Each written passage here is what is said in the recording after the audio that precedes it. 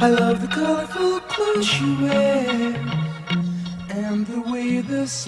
Bon, bah sur Twitter, les retours pour Shatran sont pas GG mais convenables. Il y a des critiques, forcément. La phrase « Haha, trop lol, un punk qui fait un podcast, MDR » revient souvent. Ça a même été retweeté par ta maman. Mais sinon ça va, les gens s'en foutent des animaux. Du coup, je me dis, c'est un bon plan de prendre un sujet pas trop polémique. Tu sais de quoi tu vas parler pour le suivant? Je pensais parler du féminisme. Non, t'es bête ou quoi? Surtout en ce moment. Je t'ai dit, tu prends un sujet qui fera pas de vagues.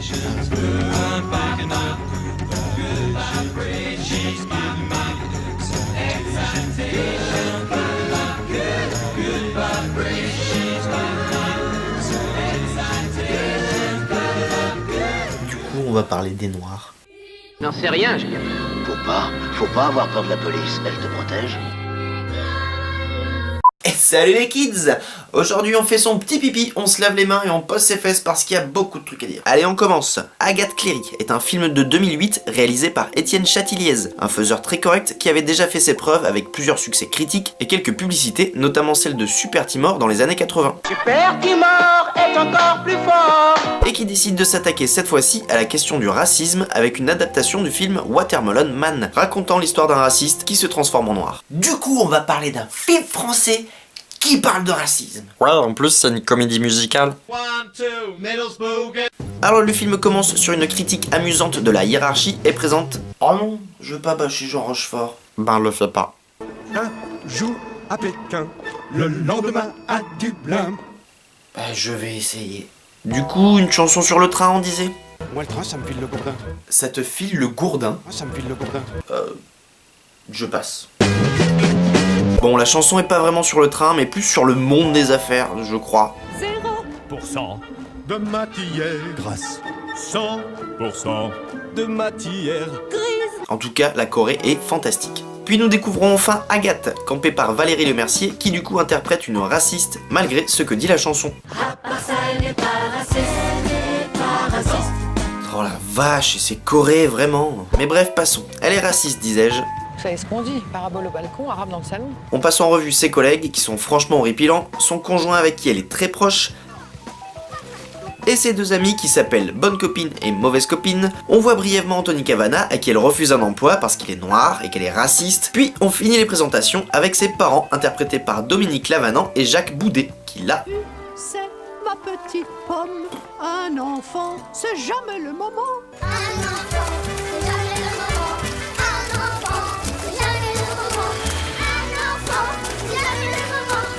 Un enfant, c'est jamais le moment. Oh, merci. Au bout d'un quart d'heure et 3 chansons, le scénario commence et on voit Agathe se transformer peu à peu en wow, Donald Trump. Merci. De rien, c'était pas un compliment. Bref, Agathe s'inquiétant, elle se rend chez son médecin qui lui annonce le scénario. Vous avez la maladie d'Addison, une maladie rarissime. J'ai cherché sur Google, c'est une maladie des glandes surrénales qui te fait foncer la peau.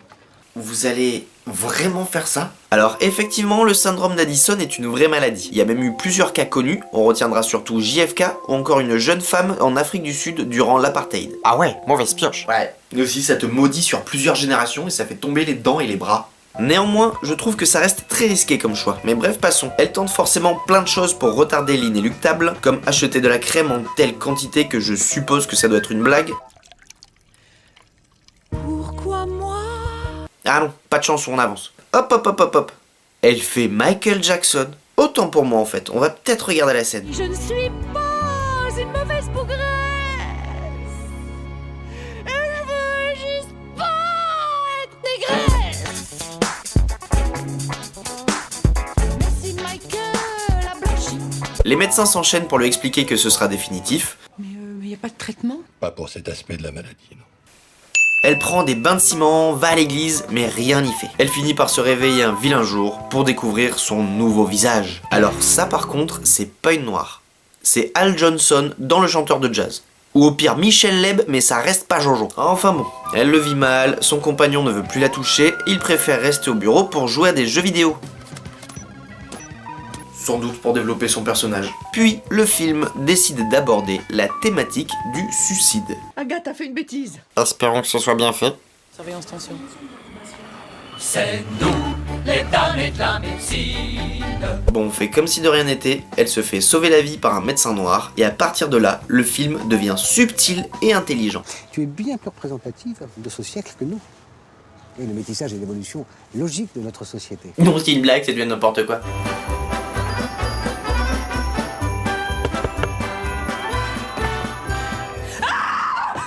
Alors elle démissionne et se fait virer en même temps dans une autre chanson incroyable. Moi en black, elle me filait le gourdin. Toi, tu la boucles et tu vas sucer ton train. On voit le médecin revenir sur son temps libre pour la prendre sous son aile, parce que maintenant c'est sa sœur. Mais qu'est-ce que vous foutez là, vous? Et du coup, conseil du docteur, on fait le suricate et on va acheter des fringues. Ah, et puis c'est vraiment sa besta maintenant, c'est pas une blague. T'es vraiment une sale conne. Bon, ensuite on la voit galérer pour trouver un emploi, son conjoint la quitte pour rejoindre Mauvaise Copine, et du coup elle se bourre la gueule avec Bonne Copine, et découvre son nouveau potentiel sexy grâce à la seule scène de danse vraiment cool du film. Qui, heureusement, se rattrape juste après en étant idiot. J'ai le rythme dans la peau maintenant. Après quoi, deuxième partie du film où elle commence à remonter la pente, elle décroche enfin un job dans une boîte de noirs qui n'accepte que les noirs et pas les blancs, quitte à employer des gens inexpérimentés. Je parlais des féministes tout à l'heure. Et y a pas de blanc? Ça vous dérange? Oui, mais je suis plus à ça près. Après ça, elle découvre enfin son nouveau patron, sous les traits d'Anthony Cavana, qui là s'appelle Quentin. Après une courte parade amoureuse, ils tombent instantanément amoureux l'un de l'autre. Ça c'est du coup de foudre. Non, c'est ce qu'on appelle un scénario bâclé, parce que le sexe intéressent apparaît après plus d'1 heure de film, ce qui fait qu'on enchaîne direct sur leur relation. Ouf, ils se reproduisent entre eux. L'arrivée de Quentin dans sa vie la rend heureuse, et le film décide de l'illustrer avec une chanson sur la ménopause. C'est plus de notre âge, oh quel dommage, c'est beaucoup trop tôt, la ménopause. Alors, je vais m'attarder une dernière fois là-dessus. Je n'ai rien contre l'arrivée impromptue et inopinée de chansons dans un film, ni même contre les comédies musicales. Il en existe de très bonnes. Mais là, entre la ménopause, celle sur le train, Pretty Woman en mode suricate et Youpi c'est la fête après le suicide, ça s'appelle pas créer une dynamique, ça s'appelle faire n'importe quoi. Le film continue malgré tout et Quentin rencontre les parents d'Agathe, ce qui lui permet de commencer sa relation sur le mensonge. C'est parce qu'elle a mûri. Quand soudain, twist à un quart d'heure du générique, on découvre que Quentin n'est raciste que parce qu'il a les boules de cette fée recalée au début du film, et Agathe comprend alors que tout est de sa faute. Et on a une petite remarque au passage où il s'étonne qu'elle ne soit pas raciste envers les blancs. C'est quand même bizarre, toi. Et alors attention, retwist, elle redevient blanche. Waouh, celle-là je l'avais pas vue venir, dis donc. Elle se met alors à déprimer car elle aime maintenant sa nouvelle vie et elle veut rester auprès de celui à qui elle ment tous les matins. Et puis après, plus rien. Comment ça? Ben ouais. Quentin apprend la vérité, il hésite pendant les 10 dernières minutes sur fond de musique triste, mais elle accepte comme elle est, elle se venge en 30 secondes et basta, salut théâtral. Ah ouais, c'est la zarmie un peu. Ben ouais, du coup, que peut-on retenir de ce film? Qu'être noir c'est une maladie et qu'être blanc c'est guérir. On voit les intentions, clairement, et elles sont respectables, mais je vais reformuler ma question. Est-il possible que le film se soit complètement planté dans son exécution? Eh bien, posez-vous la question. Je pense que tout peut être résumé par l'une des rares phrases intelligentes du film, étrangement dite par Anthony Cavana. Moi, ça ne m'amuse pas du tout de laisser croire à un gamin qu'on est noir parce qu'on est tombé malade. À une époque où il est nécessaire pour être cool et moderne, d'être corrosif et sociétal, ce film est un bon exemple de ce qu'il ne faut pas faire. Mais genre c'est pile poil ça. Et même si je sais très bien que je suis en train d'enfoncer une porte ouverte, malgré tout, comme l'a dit le réalisateur lui-même lors d'une interview pour le film, c'est un sujet grave, il y a des gens qui meurent tous les jours pour la couleur de leur peau ou leurs idées. Donc on peut pas traiter ça avec les doigts dans le nez en faisant la danse des canards. Hein. Alors pourquoi t'as fait ça? Qu'est-ce qui s'est passé, Étienne? Tu avoues toi-même avoir voulu faire quelque chose de moins caustique qu'à ton habitude. Je veux dire, c'est par respect au contraire au sujet auquel on s'attaque. Voilà, tu parles de respect et tu choisis la piste de la maladie. T'es pas obligé de donner une explication pour tout, surtout si ça plombe ton message. Du coup, Agathe Cléry devient l'une de ces comédies qui se veulent ouvertes et populaires, mais qui sont au final pataudes et laborieuses. Comme par exemple en nous présentant les Roumains comme de grands enfants qui boivent de l'essence et mangent des tops. Après, je t'avais dit de pas regarder ça. Le premier titre, c'était S'il vous plaît, en un seul mot. Et puis pour en revenir à Agathe Cléry, ils ont quand même tenté de faire un truc, c'est déjà ça. Et puis c'est pas de leur faute non plus si c'est l'adaptation d'un autre film. Justement.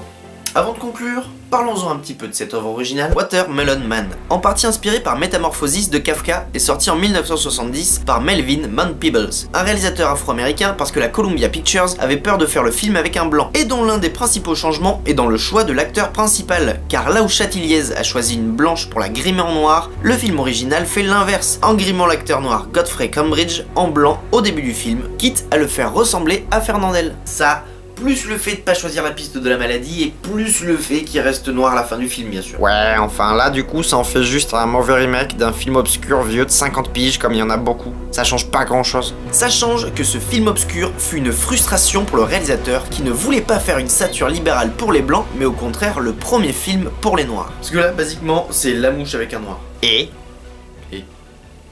Ah, et du coup il l'a fait. Il s'est servi de cette frustration pour tourner en moins de 20 jours l'un des films indépendants les plus rentables de tous les temps, Sweet Sweetback Badass Song, l'année d'après. Un film sur lequel il a tout fait. En partie financé de sa poche, il a écrit, produit, réalisé, il a composé la BO lui-même, qui d'ailleurs sera interprétée par le groupe Earth, Wind & Fire, encore inconnu à l'époque. Il fera ses propres cascades et ira jusqu'à sauter 9 fois d'un pont pour faire des reprises, et lors de scènes de sexe non simulées, il chopera même la gonorrhée et se fera indemniser en faisant passer ça pour blessure au travail. Il se servira ensuite de l'argent pour finir son film, dont le montage nerveux et les transitions saccadées furent novateurs pour le cinéma américain de l'époque, et qui influencera fortement l'imagerie sociale des 70s. Mais aussi et surtout, c'est LE film connu pour avoir lancé le courant de la Blaxploitation. Courant certes composé en grande partie de films d'exploitation faits par des réalisateurs blancs, mais qui permit malgré tout de repenser les relations raciales au début des années 70, et sans lequel nous n'aurions hélas jamais eu Foxy Brown, et donc pas Jackie Brown non plus, ni Foxy Cléopatra, ni même tout un pan de personnages noirs ou afro-américains aujourd'hui ancrés dans notre paysage culturel. Si on enlève ce film, on enlève tout ça. Alors que si on enlève Agathe Cléry,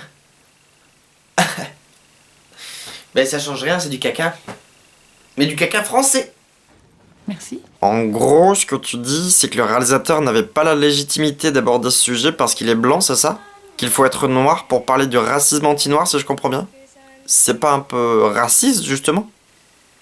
Touché. Alors non, bien évidemment ce n'est pas ce que je dis. Et pour illustrer mes propos, je vais conclure en vous parlant d'un dernier film qui suit le même schéma qu'Agathe Cléry, mais en mieux fait. Soul Man de Steve Miner, sorti en 1986. L'histoire d'un jeune riche blanc et un peu con, pas spécialement raciste mais un peu con, qui, pour entrer à Harvard, va se faire une blackface et profiter d'une bourse normalement réservée aux étudiants afro-américains. Il fait ça sciemment pour profiter du système. Il ira même jusqu'à changer de filière à la dernière minute pour profiter encore un peu plus de la chose. Comment pouvais-je savoir que le prof est un de mes frères? Monsieur Watson. Nous vaincrons. Le film enchaîne les stéréotypes de façon intelligente et parle plutôt de la façon dont les noirs sont vus par la société. Exemple probant, les gens ont peur de lui. Ils ne le trouvent pas juste plus sexy. Le film se termine sur un twist bien plus subtil qu'il n'y paraît et se conclut surtout par une morale nettement plus intéressante. Et vous avez appris quelque chose que je ne puis enseigner. Vous avez compris ce que c'est que d'avoir la peau noire. Non, monsieur. Demande pardon? Je n'ai pas vraiment appris ce que c'était, car je pouvais en sortir n'importe quand. C'est différent, monsieur. C'est pas grand chose, mais merde, c'est déjà ça. C'est un film qui a au moins le mérite d'être malin. Et vu qu'il souligne le fait que tout le monde peut faire des erreurs, je préfère oublier celle d'Agathe Cléry et à la place conclure en vous conseillant Soul Man, que je trouve personnellement toujours aussi cool, même s'il est certes un pur produit de son époque. Quelle époque?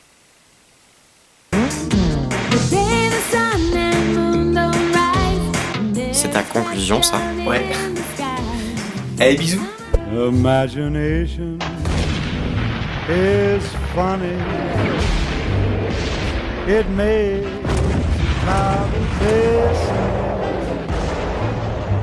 Le pouvoir aux braves qui combattent le mauvais cinéma.